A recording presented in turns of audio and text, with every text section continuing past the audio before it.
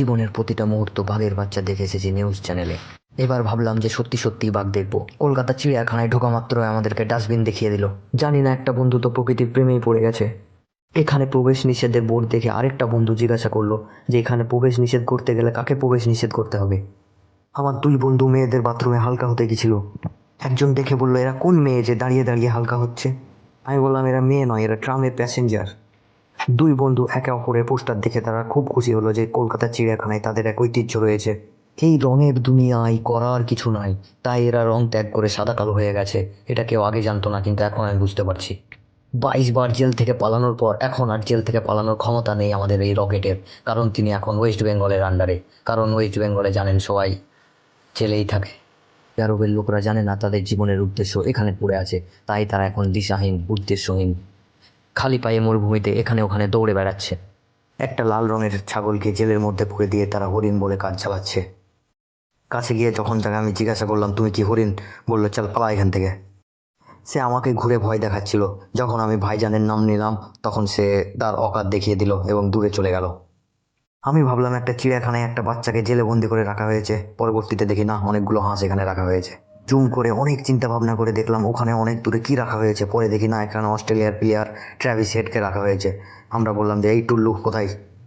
আমাদেরকে বললো, পালা এখান থেকে, বেড়া। এখানে দেখি বলছে পশু পাখিদের খাবার দেবেন না, বিরক্তি করবেন না। নিজের জীবনেই শান্তি নেই, ওদেরকে কি বিরক্তি করব। আমার বন্ধু অনেক প্ল্যান করেছিল যে ওদেরকে একটা বিড়ি খাওয়াবে, কিন্তু না, নিজে বিড়ি খেয়ে এসে সামনের দিকে হাঁটা দিল।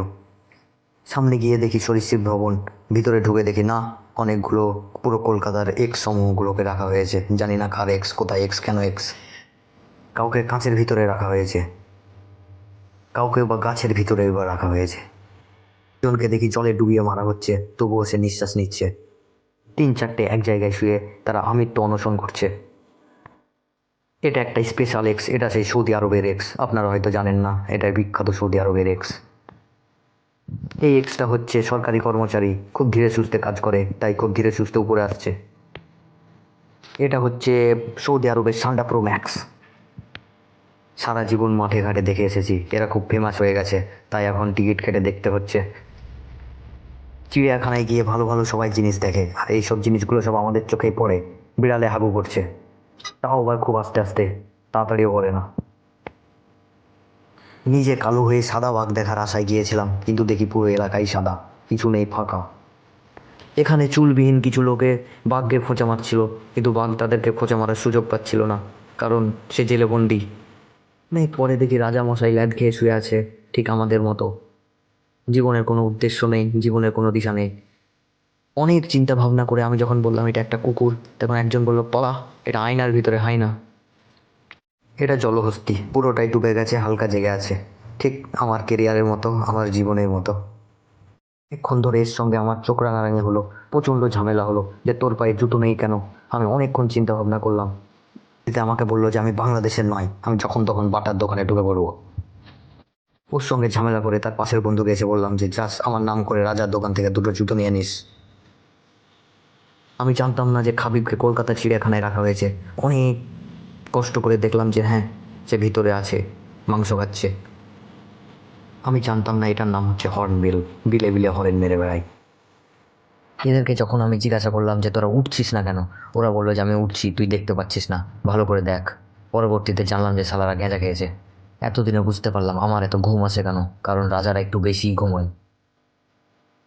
দুজন রোম্যান্স করছিল আর আমরা ডিস্টার্ব করছিলাম, ক্যামেরা করছিলাম, তো আমাদেরকে গাল দিয়ে দুজনে পালিয়ে গেল এখান থেকে।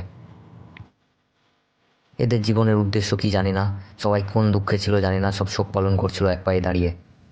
জীবনে প্রথমবার মাছের ঝোলের মধ্যে জীবন্ত মাছ দেখে আমরা অনেক খুশি হলাম। জীবনের উদ্দেশ্য কি জানি না, একবার মুখ দেখালো, একবার পাছা দেখালো, বললো তুই শরীর দেখতে পাবি না। পড়াশোনা অনেক কম করেছি, কিন্তু বোর্ড দেখে আমি বুঝতে পারলাম যে পশু পাখিদেরকে বিড়ি খাওয়ানো যাবে না বা কোনো রকম সিগারেট দেওয়া যাবে না।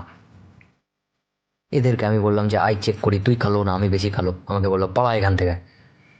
অবসর নেওয়ার পরে মাস্টার ক্রক্স এখানে চুপচাপ পড়ে আছে। সিনেমায় দেখেছিলাম মাস্টার উগুয়ে মারা গেছে, কিন্তু না, পরে দেখি সে কলকাতায় শিফট হয়ে গেছে পার্মানেন্টলি। জীবনটা অনেকটা বাদুড়ের মতো হয়ে গেছে, গাছে ঝুলেই আছে ঝুলেই আছে, কাজের কাজ আর কিছুই হচ্ছে না। জীবনে অনেক ভাবনা চিন্তা করে দেখলাম যে জীবনে কিছু একটা করব। তারপরে ভাবলাম যে কী বা করব। তারপরে ভাবলাম যে কিছু একটা করতে হবে। তারপরে দেখলাম কিছু লোক জঙ্গলে দিশেহারা হয়ে ঘুরে বেড়াচ্ছে। কিছুক্ষণ পরে দেখে আমারও জীবনে কোনো উদ্দেশ্য নেই।